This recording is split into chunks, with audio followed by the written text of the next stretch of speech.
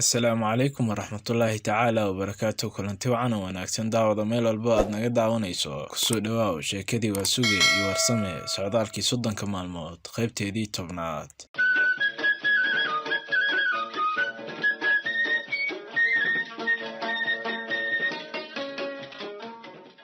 sheekada qaybta 9aad waxay inoo joogtay markii buuqii yaraaday ayaa Waasuge oo hadalkiisii wata wuxuu yidhi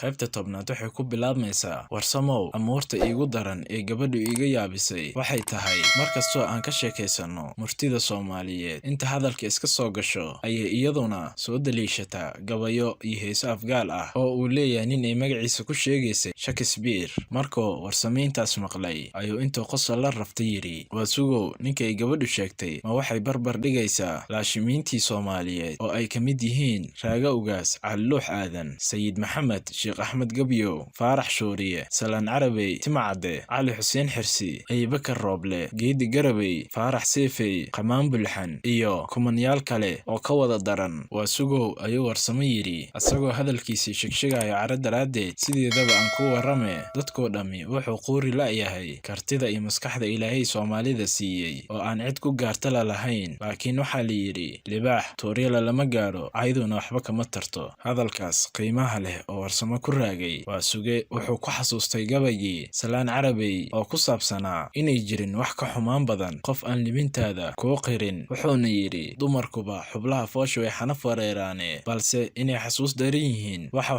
xaqiiqdeeye hanuunkii markii hore qabsaday xayalka kala mooge waxba yoosan xeerkay imarin xoolana isiine xaashe ee nin libin iga xistiyey xumihii waa yaabe alla la kala bari og erayna la kala dhihi og. sidaas daraaddeed ayuu yidhi Warsame Soomaalida laguma gaarayo hadal iyo murtidiis. dirir ayaa hadalkii qaata oo is yidhi bal dunida kale la socodsii odayaasha keligood isu camiraya. wuxuuna yidhi Waasuge iyo Warsamow qolo kasta waxay leedahay dhaqan ay ku faanto laguna yaqaan. ummadaha qaarkood waxayba leeyihiin afaf aad u da'weyn oo suugaantoodii dunida ku faaftay aadna loo jecel yahay. haddaba anigoo aaminsan inay Soomaalidu ka mid tahay ummadaha afafkooda hodanka ah haddana waxaa loo baahan yahay inaad aqoonsataan suugaanta iyo dhaqamada dadka kale. hadalka dirir yiri odayaashu uma qaadan aqoon kororsi ee wuxuu ku dhaliyey yaab ay la aamusaan. dirirna wejigoodii ayuu ka gartay fikradda ay hadalkiisa ka qabaan markaasay ka taagan tahay maxaa kaa keenay hadalkan. Warsame ayaa inta markaas madaxa kor u soo qaaday cod jilicsan ku yidhi dirirow hadalkaagu mana xuma oo waxaa horey loo yidhi qof weliba aqoontiisa ayuu hadlaa oo Soomaalidu ay ku mahmaahdaa.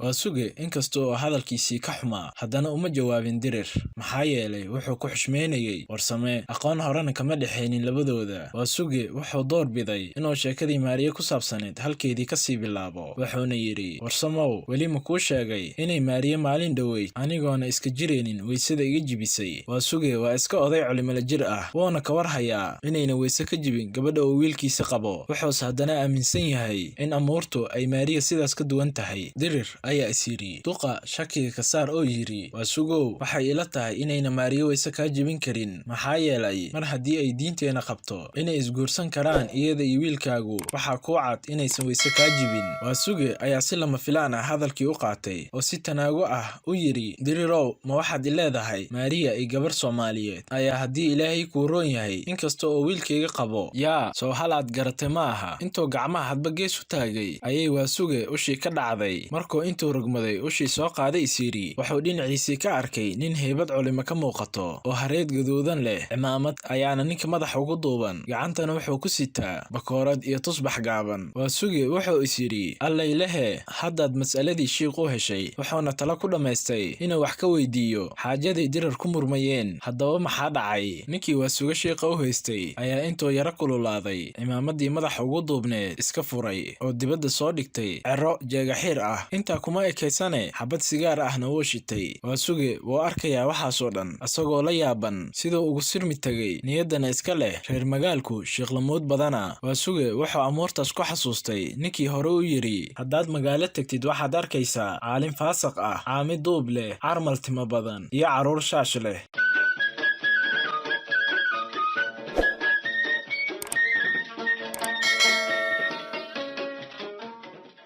intaas waxaa inoogu dhammaaday qaybtii 10aad ee sheekadii Waasuge iyo Warsame socdaalkii 30 maalmood.